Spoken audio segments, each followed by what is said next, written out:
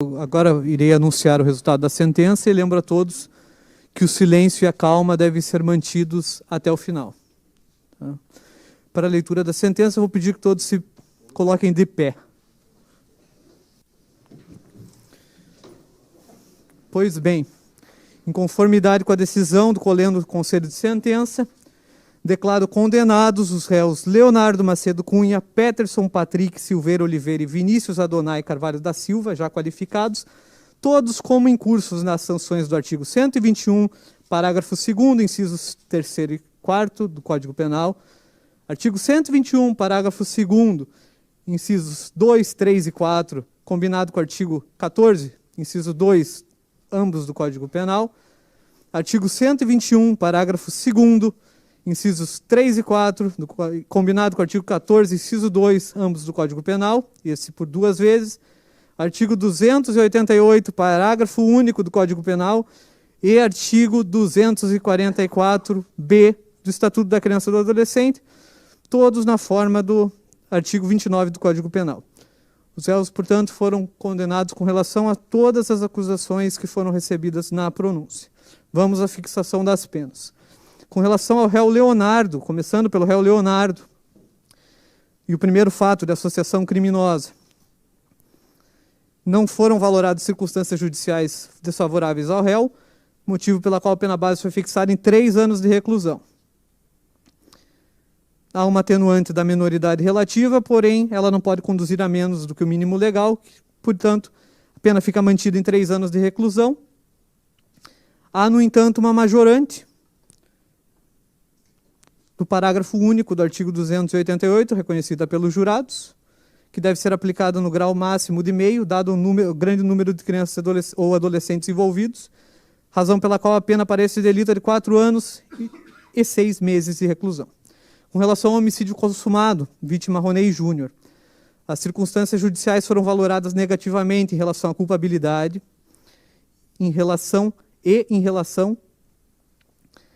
às consequências do delito, tendo em vista que a vítima contava apenas com 17 anos, quando teve sua vida violentamente ceifada.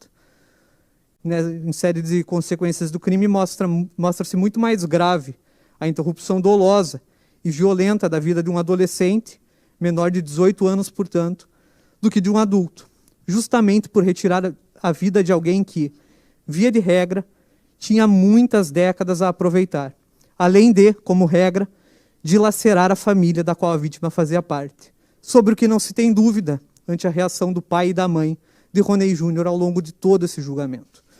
Neste ponto, inclusive, é a jurisprudência do Superior Tribunal de Justiça que está citada na sentença. Pena base para esse crime foi fixada em 18 anos de reclusão. Com relação à pena provisória, uma das qualificadoras foi considerada para qualificar o crime, a outra para aumentar a pena, considerada também a minoridade relativa do réu, motivo pela qual a pena provisória foi fixada em 17 anos de reclusão para esse delito e tornada definitiva porque não havia majorantes ou minorantes. Com relação ao homicídio tentado contra a vítima Richard, na pena base não há circunstâncias valoradas negativas, fixado em 12 anos de reclusão. Na pena provisória, também, uma das qualificadoras foi usada para qualificar o delito, as duas outras para majorar a pena provisória, e também foi reconhecida a atenuante da menoridade, motivo pelo qual a pena provisória, que foi fixada em 13 anos e 6 meses de reclusão, com a minorante da tentativa aplicada em grau máximo, já que não se chegou perto da consumação, chegou-se a 4 anos e 6 meses de reclusão para esta tentativa de homicídio.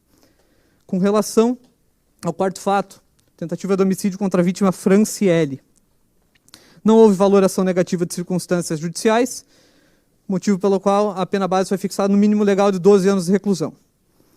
Com relação às circunstâncias agravantes, uma das qualificadoras foi usada para qualificar o delito, a outra para aumentar a pena base nessa fase como agravante, também reconhecida a atenuante da minoridade relativa, motivo pelo qual a pena provisória foi mantida em 12 anos de reclusão. Por fim, também aplicada a minorante da tentativa em 2/3, a pena definitiva aplicada a esta tentativa é de 4 anos de reclusão. Quinto fato, homicídio tentado contra a vítima Ronei Pai. Também não houve valoração negativa de circunstâncias judiciais, motivo pelo qual foi fixado em 12 anos de reclusão a pena base. Com relação às agravantes, da mesma forma, uma das qualificadoras foi usada para qualificar o delito, a outra para aumentar a pena base, também atenuante da minoridade relativa, pena provisória mantida em 12 anos, pena definitiva em 4 anos de reclusão. Por fim, a corrupção de menores, pena base no mínimo legal, a minoridade relativa não pôde reduzi-la para abaixo do mínimo legal, também no mínimo legal, e reconhecida a majorante prevista no artigo 244b, parágrafo 2º do ECA, foi elevada a pena definitiva para 1 ano e 4 meses de reclusão. A pena total aplicada ao réu Leonardo nesse feito, portanto, é de 35 anos e 4 meses de reclusão. Réu Peterson, pelo crime de associação criminosa, não houve valoração negativa das circunstâncias judiciais, motivo pelo qual foi fixada a pena base no mínimo legal de 3 anos de reclusão. Apesar de presente atenuante da minoridade relativa, não houve redução da pena provisória, que também ficou em 3 anos de reclusão, com base na súmula do STJ. E, por fim, reconhecida pelos jurados uma causa de aumento de pena, que será aplicada em metade nos mesmos moldes que foi para o réu Leonardo, dado o grande número de crianças ou adolescentes envolvidos. Chegamos à pena definitiva para a associação criminosa em 4 anos e 6 meses de reclusão. Com relação ao homicídio consumado de Ronei Júnior, a culpabilidade foi valorada em desfavor do réu Peterson, em maior medida, inclusive, do que em relação aos corréus, pois ele quem desferiu os golpes na vítima fatal. Do mesmo modo, foram valoradas as consequências do crime em medida negativa ao réu, motivo pelo qual a pena base foi fixada em 20 anos de reclusão. Com relação às agravantes, uma das qualificadoras foi utilizada para qualificar o delito, a outra como agravante. Há também a atenuante da minoridade relativa e, no caso específico do réu Peterson e em relação exclusivamente ao homicídio consumado de Ronei Júnior, há também confissão prestada perante o Conselho de Sentença, pelo que a pena provisória foi fixada em 17 anos de reclusão, tornada definitiva em seguida. Quanto ao homicídio tentado de Richard, não há causas judiciais a serem valoradas em desfavor do réu, motivo pelo qual foi fixado em 12 anos de reclusão a pena base. Da mesma forma, uma das qualificadoras foi utilizada para qualificar o delito, as demais para agravar a pena como agravantes e também presente atenuante da minoridade relativa, pena provisória em 13 anos e 6 meses de reclusão. Como se trata de uma tentativa, também foi reduzido em 2/3, porque não se chegou próximo à consumação desse crime, motivo pelo qual a pena definitiva aplicada nesse delito é de 4 anos e 6 meses de reclusão. Quanto à tentativa de homicídio contra a vítima Franciele, da mesma forma não há circunstâncias judiciais desfavoráveis, motivo pelo qual a pena base foi fixada em 12 anos de reclusão. Uma das qualificadoras serviu para qualificar o delito, a outra será utilizada como agravante, atenuante da minoridade relativa também presente, pena provisória mantida em 12 anos de reclusão, com base na súmula da STJ que impede que se reduza a menos que isso, chegando, portanto, com uma redução da tentativa em 2/3 a 4 anos de reclusão. Tentativa de homicídio contra a vítima Ronei pai, também não há circunstâncias judiciais negativas, da mesma forma uma qualificadora foi usada para qualificar, não há circunstâncias judiciais negativas, pena base 12 anos de reclusão. Não há, uma das qualificadoras foi usada para qualificar o delito, a outra para aumentar a pena como agravante, e também a atenuante da minoridade relativa, mantida a pena provisória em 12 anos de reclusão pelos mesmos motivos já aventados. Não há causa de aumento de pena, há a redução da tentativa em 2/3, 4 anos de reclusão. Corrupção de menores, pena base em 1 ano, que é o mínimo legal. Não há agravante, há atenuante da minoridade relativa, mas não se pode reduzir abaixo do mínimo legal, mantido 1 ano de reclusão. E, por fim, reconhecida pelos jurados, a causa de aumento de pena prevista no ECA, que será aplicada em 1/3, chega-se a 1 ano e 4 meses de reclusão. Total de pena aplicada ao réu Peterson, com base nas regras do concurso de crime especificadas na sentença, 35 anos e 4 meses de reclusão. Com relação ao réu Vinícius, Com relação à associação criminosa, primeiro fato da denúncia, foi valorado negativamente a circunstância de maus antecedentes, com base numa condenação criminal transitada em julgado por fato anterior, mas a condenação transitou em julgado após a prática desse fato. Tendo havido essa valoração negativa, a pena base foi fixada em 3 anos e 4 meses de reclusão. Valorada a atenuante da minoridade relativa, chegou-se a pena provisória em 3 anos de reclusão, qual, por sua vez, foi majorada na terceira fase de fixação em metade, para que se chegasse a 4 anos e 6 meses de reclusão. Com relação a isso pela associação criminosa. Com relação ao homicídio qualificado consumado, vítima Ronei Júnior, foi valorada negativamente a culpabilidade, já que toda a violência foi praticada na presença do pai da vítima, e a vítima era adolescente. Maus antecedentes pelos mesmos motivos do delito anterior, e também as consequências pelos mesmos motivos já referidos em relação ao réu Leonardo. Pena base fixada em 20 anos de reclusão. Com relação às qualificadoras, mais uma vez, uma qualificou o delito, a outra foi utilizada como agravante, também valorada a atenuante da minoridade relativa, pena provisória pelo homicídio consumado em 18 anos e 9 meses de reclusão, que foi tornada definitiva. Homicídio tentado contra Richard. Não houve valoração, aliás, houve valoração negativa apenas dos maus antecedentes, pelos mesmos motivos já aventados anteriormente. Pena base em 14 anos de reclusão. Uma das qualificadoras serviu para qualificar o delito, as outras duas como agravantes. A atenuante da minoridade relativa foi aplicada, pelo que se tem a pena provisória fixada em 15 anos e 9 meses de reclusão. Com a minorante da tentativa aplicada em grau máximo, pois o delito não chegou perto da consumação, dadas as lesões que foram verificadas na vítima, em grau leve. Pena definitiva aplicada pela tentativa contra a vítima Richard foi de 5 anos e 3 meses de reclusão. Contra a vítima Franciele, a tentativa em seguida, houve valoração negativa da circunstância judicial dos maus antecedentes, chegando-se a pena base de 14 anos de reclusão. Uma das qualificadoras serviu para qualificar, a outra como agravante, e também atenuante da minoridade relativa, motivo pelo qual a pena provisória foi fixada em 13 anos e 3 meses de reclusão, com a pena definitiva, por conta da diminuição da tentativa em grau máximo, em 4 anos e 5 meses de reclusão. Em seguida, pelo homicídio qualificado tentado contra a vítima Ronei Pai, valorou-se negativamente os maus antecedentes, com pena base em 14 anos, portanto.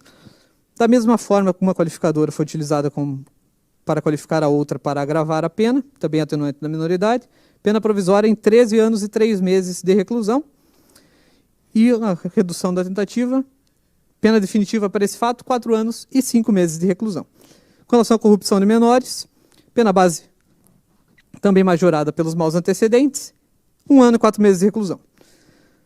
Atenuante da minoridade relativa incidiu, o que levou a pena a 1 ano e 2 meses de reclusão, pena provisória, e aumentada da metade, por conta da majorante conhecida pelos jurados, 1 ano, 6 meses e 20 dias de reclusão. Com base nas regras do concurso de crimes, a pena aplicada, unificada, aplicada ao réu Vinícius Adonai Carvalho da Silva, nesse feito foi de 38 anos, 10 meses e 20 dias de reclusão. A detração penal será realizada pelo juízo da execução penal. O regime inicial para todos os réus será o regime fechado, tendo em vista a quantidade de pena aplicada. Impossível a concessão dos benefícios previstos no artigo 44 e 77 do Código Penal.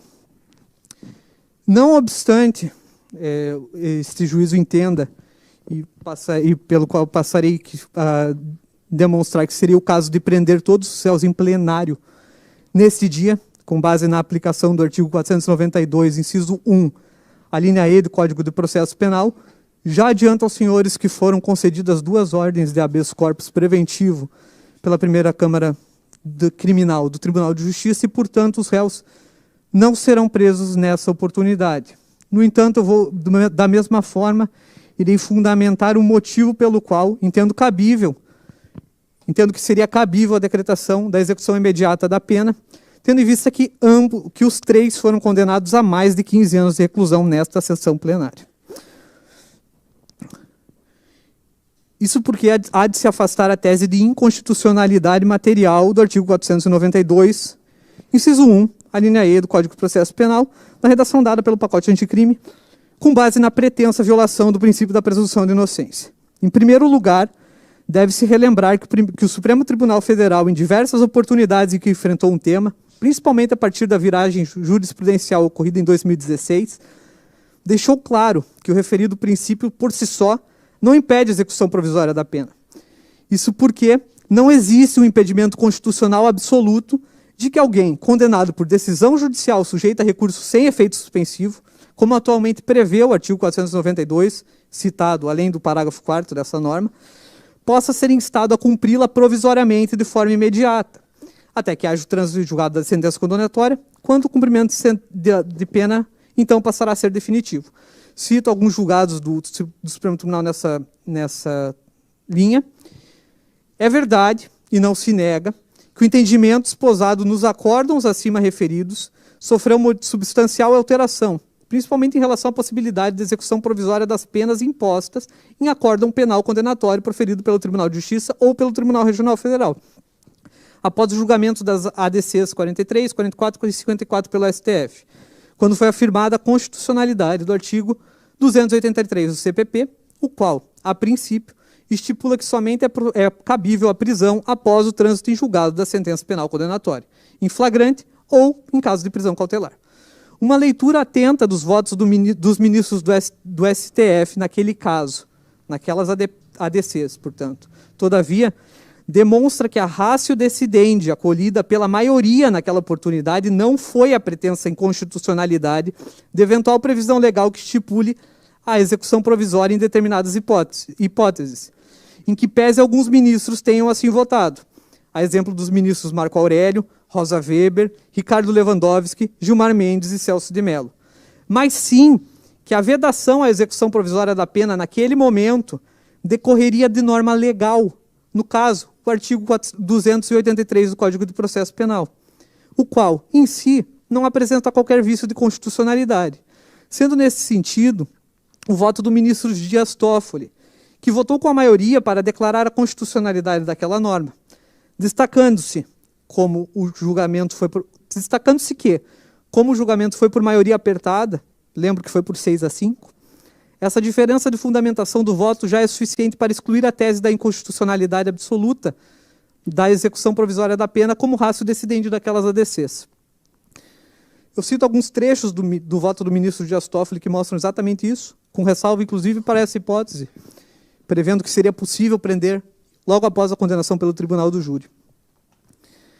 Ainda sobre o mesmo voto, destaco o trecho em que o ministro Dias Toffoli fez questão de ressalvar a peculiaridade dos julgamentos pelo tribunal do júri, algo que reforça a conclusão que impede que, a partir do julgamento daquelas ações diretas declaratórias de constitucionalidade, se pretenda sustentar a inconstitucionalidade do artigo 492, inciso 1, a linha E do Código de Processo Penal. Até porque, como já dito, sobre este ponto não houve maioria. Mais do que isso, mesmo antes da lei do pacote anticrime, o voto em questão, do ministro Dias Toffoli, já sustentava a possibilidade da execução provisória da pena das condenações proferidas pelo tribunal do júri. Eu cito o trecho. Todas essas considerações, por sua vez, conduzem às seguintes conclusões. A. O princípio constitucional da presunção de inocência não veda por si a execução provisória da pena. B. A época do julgamento daquelas ações declaratórias de constitucionalidade pelo STF, o que vedava a execução provisória da pena era a previsão legal constante do artigo 283 do Código de Processo Penal, cuja constitucionalidade foi reconhecida. E C. Ao menos um dos ministros que votou com a maioria, expressamente o ministro Dias Toffoli, ao menos para um dos ministros, a regulamentação legal de forma diversa, no caso, que autorizasse a execução provisória da pena antes do trânsito em julgado, quanto mais para sentenças proferidas no tribunal do júri, não viola a Constituição Federal ou o princípio da presunção de inocência. Este voto, por sua vez, somado aos 5 votos vencidos na ocasião, forma a maioria para sustentar que a execução provisória da pena, desde que prevista em lei, é compatível com a Constituição Federal, em especial nos casos concernentes aos vereditos do Tribunal do Júri. Em linha de consequência, Verifica-se que a previsão constante atualmente no artigo 492, oriundo de modificação legislativa, não viola a norma constitucional, em especial o princípio da presunção de inocência. Antes, constituindo exceção infraconstitucional à regra prevista naquele artigo, também de status infraconstitucional, que até então vedava em absoluta a execução provisória da pena. E aqui, como se sabe, aplicam-se as regras consagradas na solução de antinomias, mais especificamente critérios cronológico e da especialidade, prevalecendo o artigo 492, inciso 1, a linha E do Código do Processo Penal em seu âmbito de incidência. Cito um julgado do STF, e impossível ignorar ainda que no âmbito da suspensão de liminar número 1504 do Rio Grande do Sul foram proferidas 2 decisões monocráticas pelo presidente do Supremo Tribunal Federal, ministro Luiz Fux, no final do ano passado, reconhecendo incidentalmente a constitucionalidade do artigo 492, a linha 1, inciso 1, a linha E do Código do Processo Penal, confirmando a tese desenvolvida por esse juízo. Em suma, não há qualquer inconstitucionalidade a ser reconhecida na redação atual daquela norma, motivo pelo qual entendo que deveria ser o caso de aplicá-la no caso concreto. No entanto, como já dito antes, em respeito às 2 decisões que foram proferidas nos habeas corpus preventivos impetrados pelas defesas de Peterson e de Leonardo, e que, por conta de se basearem em motivos jurídicos, portanto extensíveis aos demais, estendo ao réu Vinícius desse julgamento, será decretada a execução imediata da pena, porém com suspensão de seu cumprimento em obediência à decisão do Supremo do Tribunal de Justiça, Primeira Câmara Criminal, dos 2 habeas corpus. Houve pedido formulado pelo Ministério Público de prisão preventiva dos réus neste ato, com base no risco à ordem pública ou melhor, garantia da instrução penal. No entanto, não foi verificado por esse juízo o risco atual à ordem pública, tendo em vista que os fatos são de 7 anos atrás, e, com relação à instrução criminal, nada sobreveio de ameaças vítimas ou testemunhas que pudesse justificar sua reclusão cautelar nesse momento. Então, vai indeferido o pedido de prisão preventiva, porém, com relação ao requerimento subsidiário, vai decretado a execução provisória da pena, porém, suspensa sua execução em obediência às ordens proferidas pelo Tribunal de Justiça do Rio Grande do Sul, utilizando-se, inclusive, como parâmetro a mesma situação ocorrida em júri recente anterior, o júri da Boate Kiss.